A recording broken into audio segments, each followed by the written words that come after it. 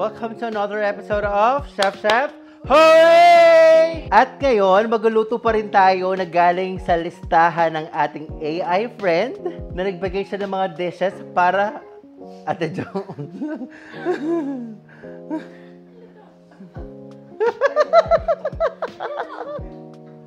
Welcome to another episode of Volleyball! So, isa na nga dito ang chicken adobo or adobo. Ginawa lang namin siyang chicken adobo. Pero this time, susundin naman natin yung recipe ni AI friend. Pero may twist ng onte dahil may nag-request sa atin from our team, si Kerwin. Nag-request siya ng parang chicken biryani, parang yung sa white chicken. Ganong style, pero adobo naman siya. Instead of chicken biryani, chicken adobo, pero halos same style. So, here are the ingredients. Chicken, naka-chop siya ng quarters. And then, basmati rice, sinok na natin siya sa water. Water, cooking oil, chicken bouillon or chicken broth cubes, ground pepper, bay leaf, green chilies, sugar, soy sauce, vinegar, fish sauce, garlic, onion, garlic sliced, and tomato. Lutuin na natin yung ating chicken adobo. So dito is nagpapakulo na tayo ng water para sa ating basmati rice. So we'll wait na lang until mag-boil siya. So while waiting, we'll have to marinate our chicken.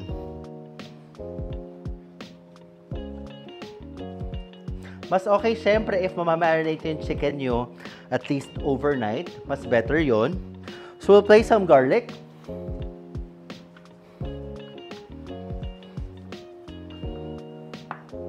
A little bit of soy sauce.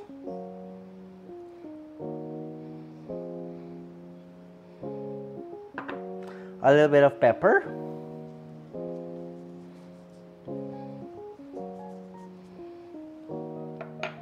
And a little bit of vinegar. So, medyo imamassage lang natin.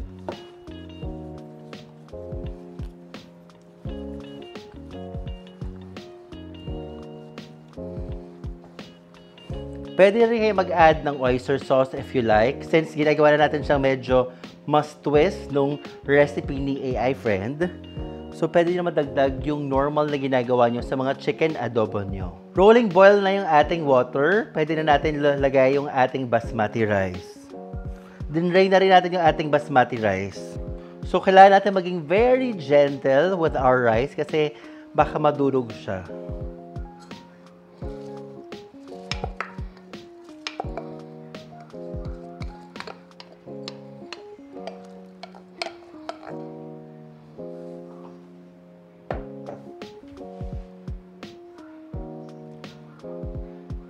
Kapag luto ng basmati rice, wala yung napadaming tubig o mas maraming tubig kasi para tayong nagba-blanch ng bigas. So, if i-mix natin, make sure is hindi tayo gumagamit ng metal spoon, either wooden spoon or spatula para to be sure na gentle lang, parang ganyan lang. So, dapat long range siya, diba? Pag naluto siya, buo pa rin siya. So, hayaan mo natin mas kumulo and then halo natin ulit. Yung iba, gumagamit sila ng strainer, kukunin yung luto ng basmati rice at ilalagay sa plate. Or, pwede natin ibuhos na lang sa colander or sa strainer para mas strain yung water. Ayan, after a long wait ng pahalo-halo ng ganito, ay okay na yung ating basmati rice. So, nakita nyo naman is lumaki na yung grains at tumaba na siya. So, parang ayan. So, ang next natin gawin is drain na natin siya. Yung iba naman, ginagawa nila is ginaganyan. Like, meron tayong strainer, tapos ginaganon sa another plate or another container. Pero para mas madali, ilagay na natin sa ating colander doon sa may sink.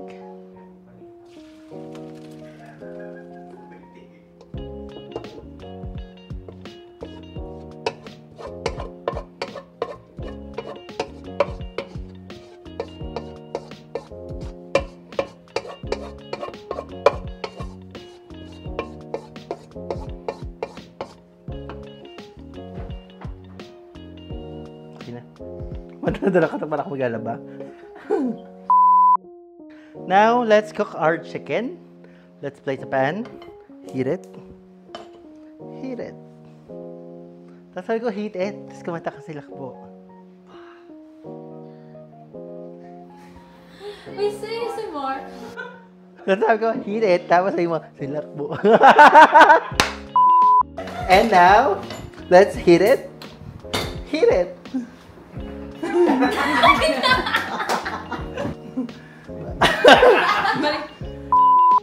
So, ano lang gagawin natin? Ayun na nga, lalagyan natin ng cooking oil. Lagyan natin garlic. Onion.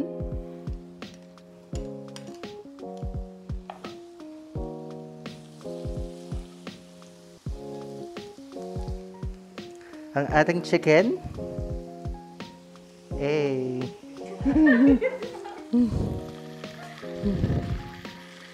Eh. Eh. So, syempre gusto natin, bago natin ipasok sa air fryer or kung meron kayong rotisserie or oven, meron naman tayo do. Pero, syempre, mas easy na lang gamitin is ang air fryer. Sisira muna natin, medyo na-brown na natin para kumapit yung flavors. And then, mamaya, i-air fry naman natin. Karang bango ka. I-air fry. I-air fry. I-air fry. Nag-alarm na isa. Makakapasag pa ako ba? Lagyan natin ng onting bay leaf.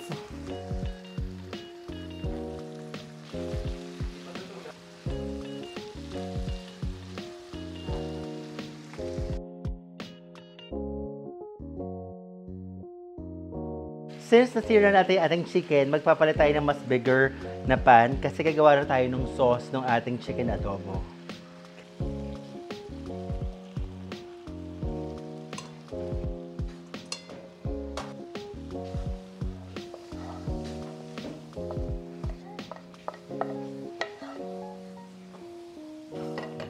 Now, let's add a little bit of oil. Okay lang. We'll add our remaining garlic.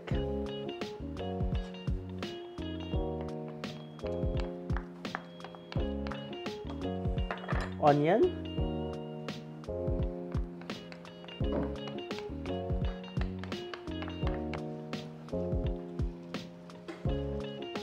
Hintayin na natin maluto or ma-stir fry or ma-fry ang ating onion and garlic para mas lumabas ang ating flavor. Ngayon, we can add our soy sauce.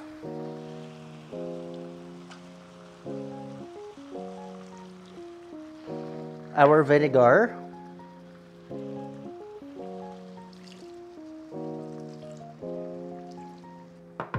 Our bay leaf. A little bit of chicken bouillon. So, syempre, dahil nilagay na natin yung ating vinegar, hindi mo natin muna pwedeng haluin. Okay. We're adding the pepper. We'll let it simmer until maluto ng onte yung ating vinegar. And then after that, we can place our chickens sa air fryer. The long wait is over. Dumating na sila dahil dala nila ang ating air fryer na mas malaki. Ngayon, ilagay na natin sa ating air fryer ang ating chicken. So, kumuha tayo ng mas malaking air fryer. Nakita nyo naman sila kanina. At ilalagay natin yung ating chicken. Okay. We can put a little bit of oil.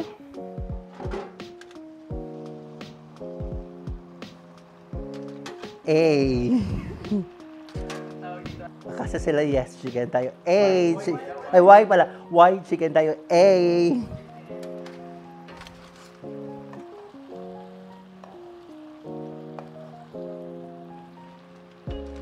Lalagay ko na dito sa ating air fryer. So, syempre chicken siya. Chicken. Tapos, let's cook it for around basta yan. Mga 20 minutes. Yan. Since medyo marami yung ating rice at kailangan natin ng flavor sa ating rice and extra sauce, we'll add some more garlic, onion, a little bit of soy sauce, a little bit of vinegar. Sabi nila gusto nila medyo mas maasim. I like it though. We'll add some more bouillon or chicken broth base. Let's add some green chilies para may onting spike. Let's add some more pepper. And let's add a little bit of sugar.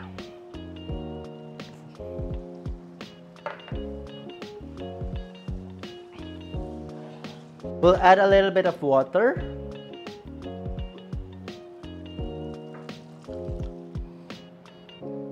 And we'll let it boil hanggang maluto yung ating vinegar. At wag nyo nang i-cover dahil may vinegar nga. While waiting para sa ating sauce na mag-simmer at maluto yung ating vinegar, gagawa muna tayo ng salsa para also to neutralize the flavors mamaya. So we have tomato, a little bit of onion. We'll add some fish sauce. And a little bit of pepper. A little bit. Let's mix it. If paano mag-highlight ng mga coriander, wansui, pwede naman i-add. So ayan, okay na ating salsa. Let's set it aside. Let's do the finishing of our rice. Let's heat it up. Heat it up.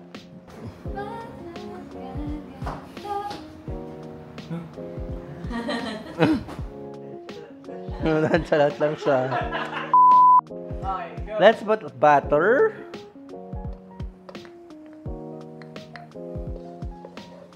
Para mas magkaroon ng aromatic flavor yung ating rice.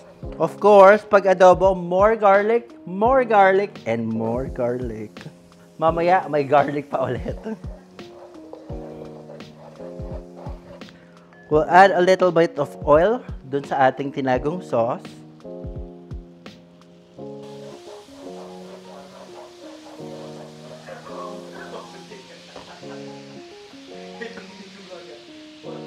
Now we can add our basmati rice. Let's be gentle, very gentle.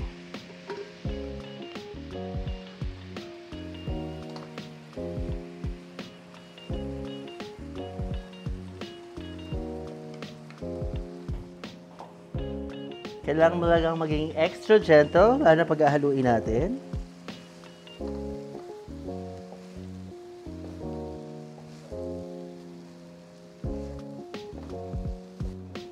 We'll add more sauce.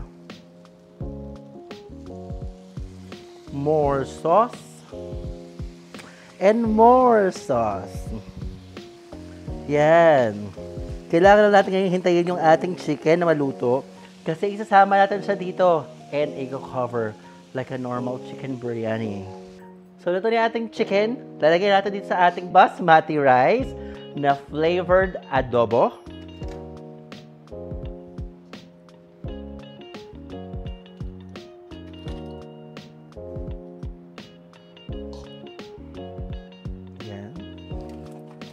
Okay, lagay natin yung drippings na ating chicken kasi masarap yan eh. Now, hinulubog lang natin chicken with the rice. We'll add some more garlic. Pag feeling nyo OA na yung garlic ko, bahala na kayo kung ganun nyo kadaming gusto. Kasi ako, I love garlic. Okay. Same daw. Okay. We'll add some more sauce.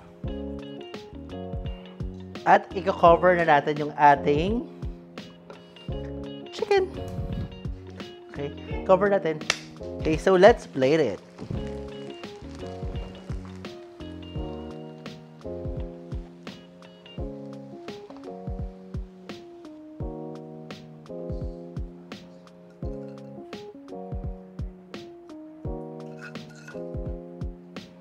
And this is how you make chicken adobo with my AI Bessie. And twist it upon request ni Kerwin na gawin nating ala parang chicken biryani ala white chicken. At ito naman ang A-chicken.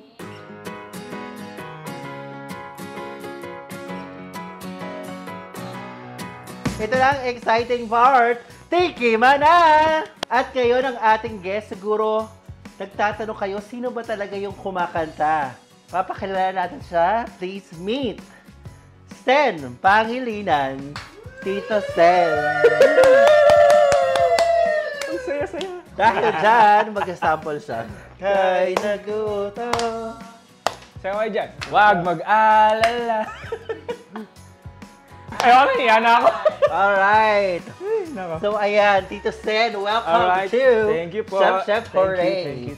The person behind the jingle or yung kumanta ng jingle natin, walang iba kundi si Tito Sen. It's me. Okay. And I. Game na? Game na ba? Ano yun? Si Jean. Si Jean po ang bumukas. So ayan, tikman na natin yung ating Let's niluto go. na chicken adobo with a twist. Lutong AI ba to? Or paano ba? Tigasin yung AI, hindi ko alam. Hindi. So ayan, Let's go, chef. let's go. Paano ba? Kuha na kita. I'll go. Oh, go. I'll go. Marop tayo part ako eh. Lagi, pag nag-order ako sa mga fast food, lagi yung tayo. So Tito Sen, ayan, itry mo na yung chicken na may Oh, basmati game. rice, tapos pwede mo lagyan ng salsa. Gusto mo Game. pa ng sauce, ito pa. Tutok mo, pare. Tutok mo. Ah, Eh, sorry, pare. tutok mo Sorry, daw. pare. Ito, pre. Ayan, oh. Kita. Isa pa, oh. Ay, tami mo. Kuha mo ba yun, pare? Kumain ka. Ay, pare, pang ninong rice. Ay, sorry. Go, go, Pangit go. yung pang ninong. Okay, tikman natin. Naman sa magiging gagi. Ayan, si Tito Sen muna. Ako muna, guys. Hindi to asmira kasi hindi to malutong eh. Ano? Mabisa. Mabisa daw. Mabisa. Ito yung adobo na medyo maasim-asim. Kasi di ba usually adobo na medyo maalat. Ito maasim-asim tapos may basmati rice. Pangalawang bite. Kasi yung nag-request sa atin ng adobo, ang gusto niya daw maasim-asim. So, syempre, Yeah. susundin natin. Sino ba yung nag-request na yan? Birthday mo ba? Kakatapos na ng birthday niya. Ang sarap. Pwede ko na iuwi to? Pwede na, go na. Bye daw niya. Bye. Bye, thank you! So, ayun na nga, nakasama natin si Tito Sen at na-try natin yung ating bagong recipe na chicken adobo with a twist with my AI friend. Abangan nyo pa ang ibang recipe. So, marami pa yan. At magkita-kita tayo ulit next time. Dito lang yan sa Chef Hooray! Thank you for watching, everyone!